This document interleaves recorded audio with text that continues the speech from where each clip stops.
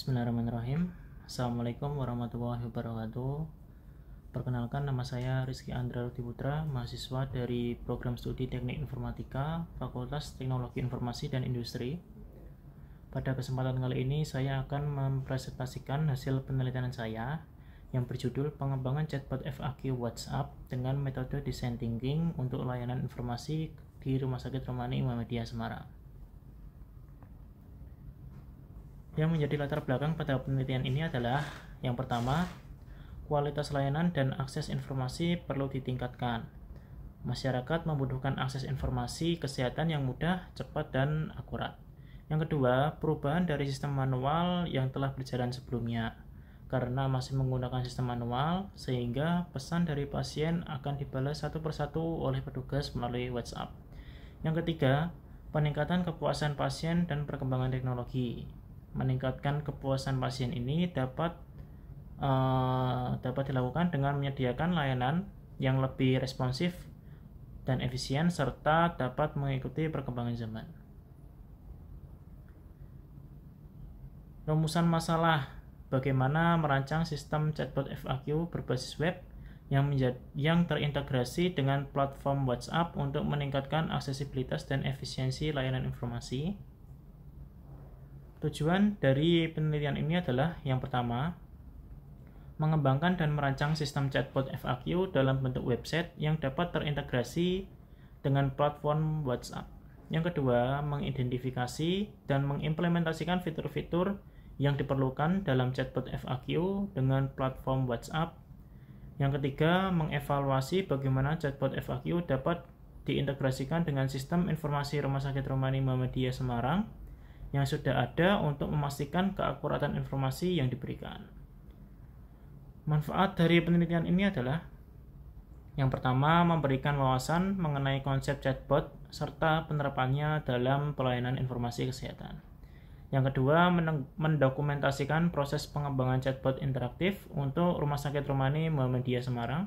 Yang ketiga, menyajikan hasil efektivitas chatbot dalam meningkatkan kualitas pelayanan informasi kesehatan.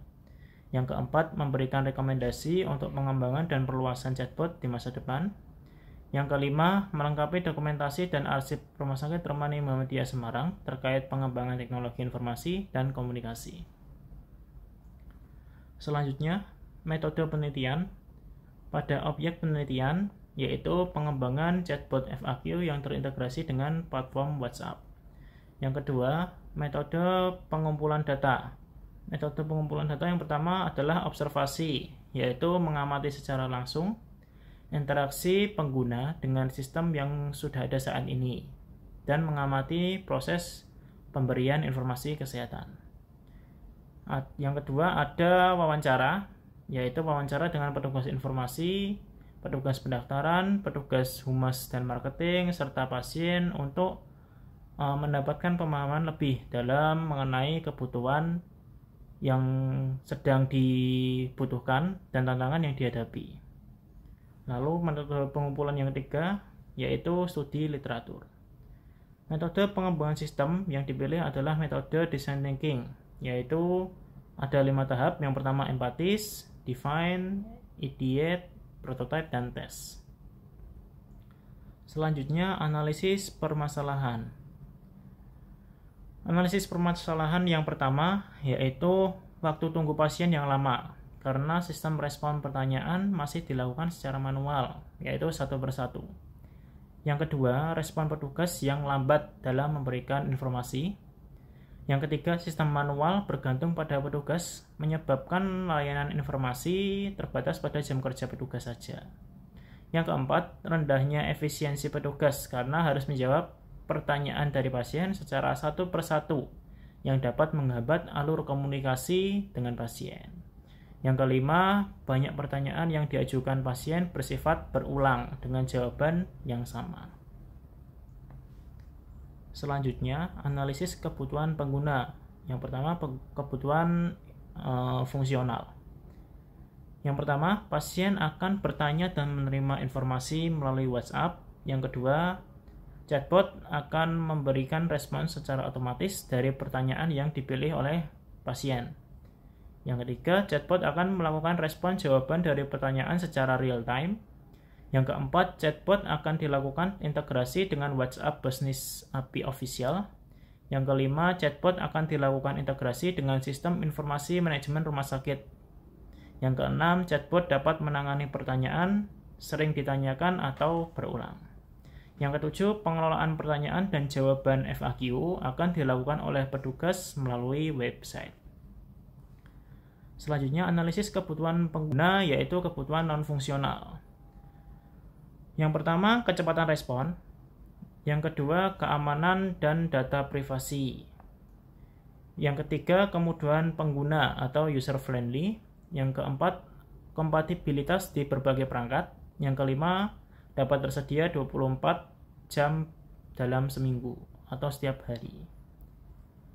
Selanjutnya, rancangan pertanyaan yang nanti akan ditampilkan pada chatbot WhatsApp. Yang pertama, alur terkait dengan pendaftaran online. Lalu, yang kedua, pengecekan riwayat pendaftaran online dengan kode booking. Yang ketiga, pembatalan pendaftaran online dengan kode booking. Yang keempat, jadwal dokter spesialis. Yang kelima, link unduh aplikasi Sahabat Romani. Yang keenam, informasi pemesanan catering sehat oleh bagian gizi. Yang ketujuh, nomor WhatsApp Customer Service. Yang kedelapan, kuesioner pelayanan informasi. Yang kesembilan, penyampaian kritik dan saran. Selanjutnya ada use case diagram. Terdapat 4 peran utama. Yang pertama, admin adalah orang yang bertanggung jawab atas pengelolaan keseluruhan sistem. Lalu ada petugas sebagai orang yang memiliki tugas untuk mengelola data pertanyaan dan jawaban yang digunakan dalam sistem chatbot yang akan tampil di WhatsApp nanti. Selanjutnya ada pasien sebagai pengguna utama yang mencari informasi atau mengajukan pertanyaan melalui chatbot yang telah disediakan. Dan yang terakhir ada WhatsApp official, itu sebagai saluran komunikasi resmi yang digunakan agar pesan masuk dari pasien dapat diteruskan ke sistem ini. Selanjutnya, activity diagram setting webhook. Ini digunakan admin untuk mengubah URL yang akan digunakan untuk menerima pesan masuk dari pasien. Selanjutnya, activity diagram pengelolaan user digunakan admin untuk menambah user, petugas, serta hak aksesnya agar dapat login ke sistem ini. Yang ketiga, pengelolaan menu chatbot. Activity diagram ini digunakan petugas untuk menambahkan data pertanyaan dan jawaban yang akan tampil di chatbot nantinya. Yang keempat, activity diagram pesan masuk.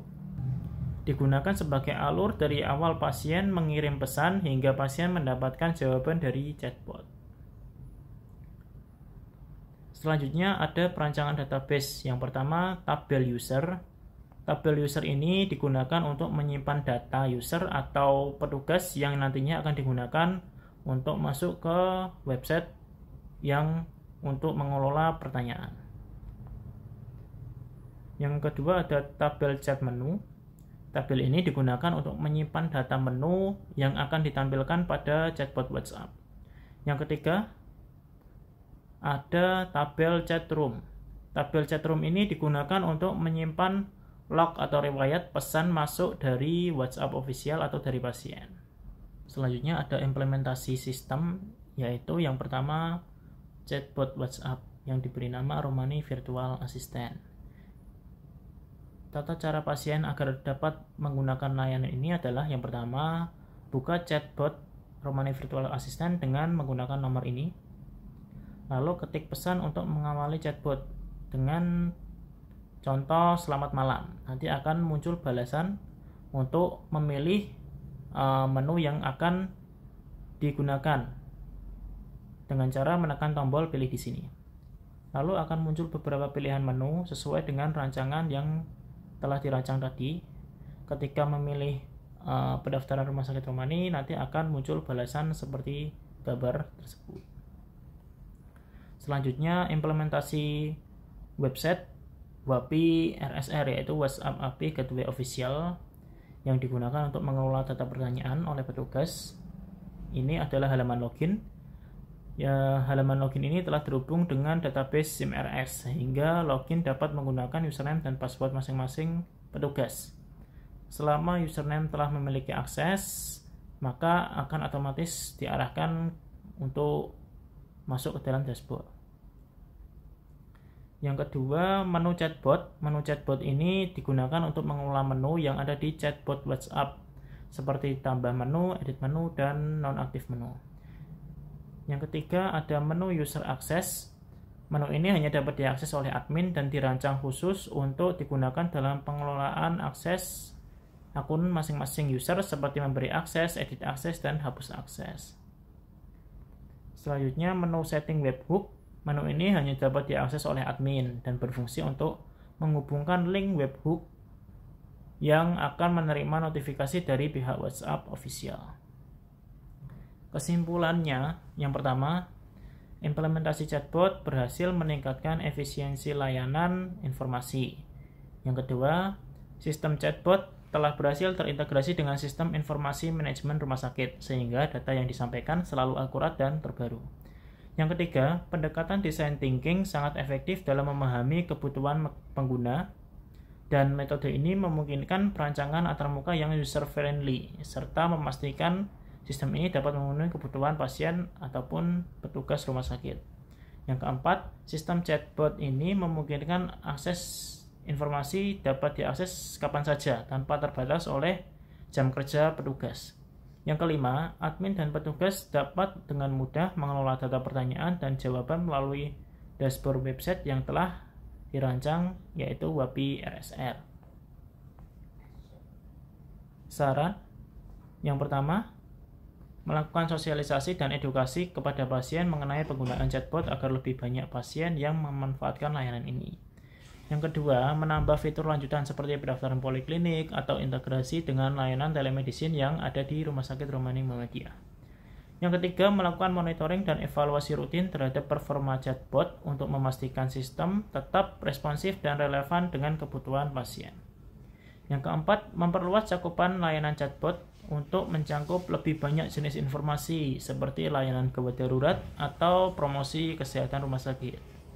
Yang kelima, memastikan server yang digunakan memiliki kapasitas yang memadai untuk menangani lonjakan jumlah pengguna chatbot, terutama pada jam sibuk.